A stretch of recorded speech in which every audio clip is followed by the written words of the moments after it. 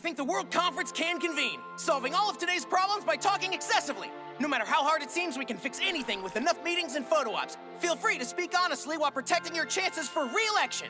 I'll go first. About that whole using global warming to enslave humanity thing, I think we'll be okay if we genetically engineer a huge hero and have him protect the Earth. I give you the superhero Global Man!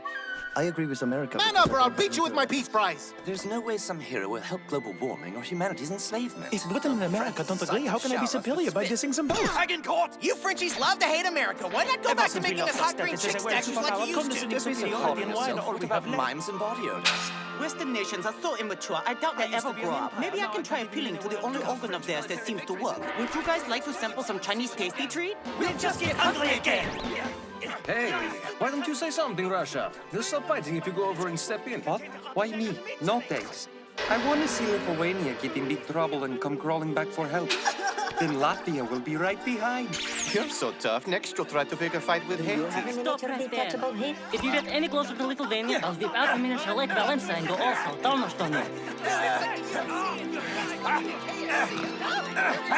Please, everyone, calm down. Everyone shut up! Germany! We've called this conference to solve the world's problems, not to fight about the problems of our past. And since I'm the only country who seems to know how to run a meeting, we'll follow my rules from here on out. 8 minutes each for speeches, no chit-chatting or side deals, and absolutely no going over the time limit. Now, if you want to go, make sure you're prepared and raise your hand, but do so in a way that does not mock heinous salutes of my country's past. Germany recognizes his friend Italy.